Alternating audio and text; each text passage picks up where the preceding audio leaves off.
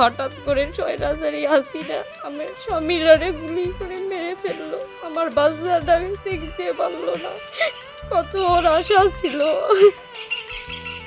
মাত্র 20 বছর বয়সী খাদিজা খাতুন, চোখে তার বিষাদের ছায়া, কণ্ঠে অসহায়ের কান্না।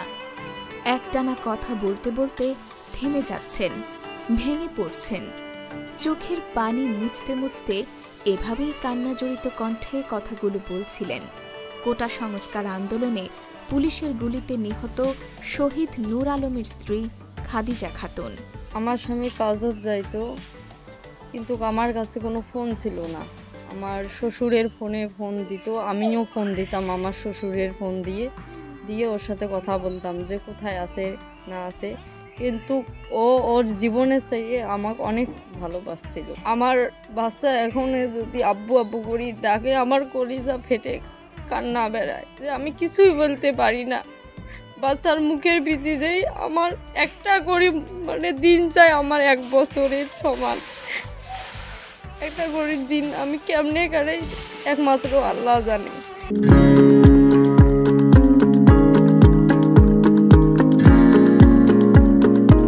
খোঁজ নিয়ে জানা গেছে গত 20 জুলাই 7 মাসের অন্তঃসত্ত্বা স্ত্রী খাদিজাকে ঢাকার গাজীপুর চৌরাস্তার তেলিপাড়া এলাকার একটি ভাড়া বাসায় রেখে কাজের সন্ধানে বের হয়েছিলেন নূর আলম। কাজ শেষে বাসায় ফেরার পথে বৈষম্য বিরোধী কোটা সংস্কার আন্দোলনের মিছিলে সংঘর্ষ চলাকালে গুলিবিদ্ধ হয়ে মারা যান তিনি। গুলিটি তার চোখে লাগে বলে জানা গেছে। পরদিন তার মরদেহ কুড়িগ্রাম সদরের ভোগডাঙ্গা ইউনিয়নের মোল্লাপাড়া গ্রামে নিজ বাড়ির সামনে দাফন করা হয়। আমার স্বামী মারার 44 দিন পর আমার শ্বশুর শাশুড়ি কী করলো, আমার বাচ্চা গর্বে আমাকে কী করলো, বাড়ি থেকে বের করিয়ে দিল।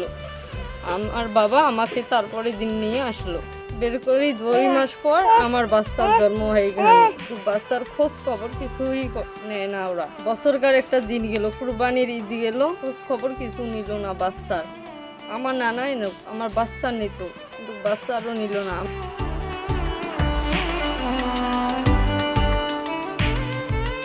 গর্ভের সন্তান থাকা অবস্থায় যত টাকা পয়সা যত অনুদান পাইছে সব কিছু ওরা নিয়ে নিল, নিয়ে আমাকে কী করলো এমনিই বের করে দিল। আমার বাবা নিয়ে আসলো, চেয়ারম্যানকে বিচার দিল, চেয়ারম্যান কিছুই করলো না। তখন আমার বাবা কি করলো, প্রথমে থানার মধ্যে একটা অভিযোগ দিলাম, তারপরে দিলাম ইউনো অফিসত, তারপরে দিছি ডিসি অফিসত, এখনো কোনো বিচার করে নাই। দেওয়ার পর কিন্তু প্রথম অবস্থায় যত অনুদান পাইছে সব কিছুই তো ওরা নিল। 2টা গরু দিছে তাও নিল, রেল করি দিল বাড়ি, আবার 10 লক্ষ টাকার হাসিনা সঞ্চয়পত্র দিল, সব কিছু ওরা নিল।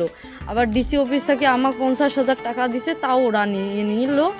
আমাকে 18,000 মাত্র টাকা দিল, আর সব ওরাই নিল। স্বামী হারানোর শোকের মাঝেই আরো বড় বিপদে পড়েন খাদিজা। মৃত্যুর 44 দিন পর তাকে বের করে দেয়া হয় শ্বশুর বাড়ি থেকে। তখন বিভিন্ন সহযোগিতা এলেও তার কোনোটিই পাননি তিনি। সবকিছু নিয়ে নেয় তার শ্বশুর। বাধ্য হয়ে তিনি বাবার বাড়িতে ফিরে যান, যেখানে পুত্র সন্তানের জন্ম হয়। কিন্তু শিশুটি জন্মের পর থেকেই হার্টের সমস্যায় ভুগছে। দিনমজুর বাবার সামান্য আয়ে চলছে মা ছেলের সংগ্রামী জীবন। আমার স্বামীর কবরটা দেখার জন্য আমরা চলে গেলাম, যে আমার বাবাকে বললাম যে বাবা তোমার জামাইরা আমি কবর দেখতে যাই, অনেক দিন থেকে আমি কবরটা দেখি নাই, দেখতে যাই, ওদি আমরা গোছ জাহারত করে দিয়ে আসবো। আমার বাবা ওখানে 2-3 জন মানুষ খুঁজতে গেল যে তাকে নিয়ে আমরা গোছ জাহারত করব। তার মধ্যে আমার শ্বশুর শাশুড়ি অন্য মানুষের দ্বারাই আমাদেরকে মার খোয়ালো। আমার বাচ্চাকে মারলো, আমাকেও মারলো। এই নিষ্পাপ বাচ্চাটা এর 9 মাস চলতেছে, এর হাড় ফুটো ছিল। কি করলো, এই বাচ্চাটারে আমাকে মারছে, এই বাচ্চাটারে অনেক মারছে। আমার বাচ্চা কাঁদতে কাঁদতে আমার বাচ্চা নিঃশ্বাস বদ্ধ হয়ে যায়। আর আমার শ্বশুর আর শাশুড়ি সবাই মিলে দাঁত বের করি হাসে, গ্রামবাসী মিলে।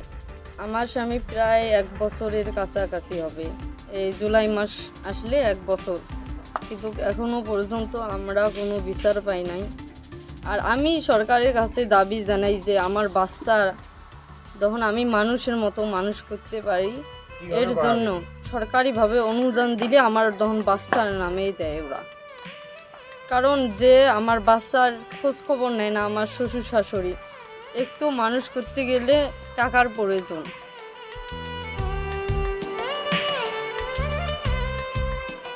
আমার জামাই যে মারা গেছে কিন্তু শেষ, এখন আছে আমার মেয়ে আর নাতি।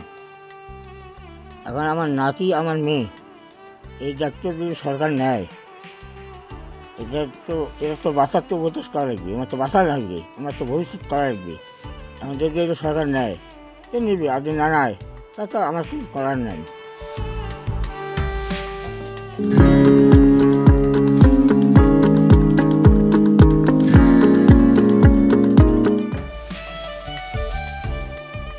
আমি খুব অসহায় করি আছি। ছেলের যাহা কিছু সব কিছু মালিক হইতেছে বউ, এবং আমাদের কেউ পাত্তা দেয় না, ডিসিও পাত্তা দেয় না, টিএনও পাত্তা দেয় না, এবং যে নেতা আছে বিএনপি তারাও আমাদের কোনো পাত্তা দেয় না। এবং আমি স্ট্রোক হওয়ার পর আমি বর্তমান কোনো কর্ম কাজ করতে পারি না, বসে বসে আছি। এখন সরকারের কাছে আমার আবেদন, যাহা সুস্থ হবে তাহাই আমি আবেদন করলাম, সুস্থ বিচারে আমি চাই। এবং তাদের কাছে আমার আকুল আবেদন, যেটা সরকারি যেটা বাজেট, এটা আমাদের ওজন আসে কিছু, ওজন কিছু পায়, এককালীন ঋণ সে পায় না। উল্লেখ্য, 2023 সালের 23 অক্টোবর নূর আলম ও খাদিজার বিয়ে হয়। মাত্র কয়েক মাসের মধ্যেই সেই সংসার ভেঙে যায় স্বামীর মৃত্যুতে। এখন একমাত্র সন্তানকে নিয়ে বাবার বাড়িতে অনিশ্চিত ভবিষ্যতের দিকে তাকিয়ে আছেন খাদিজা।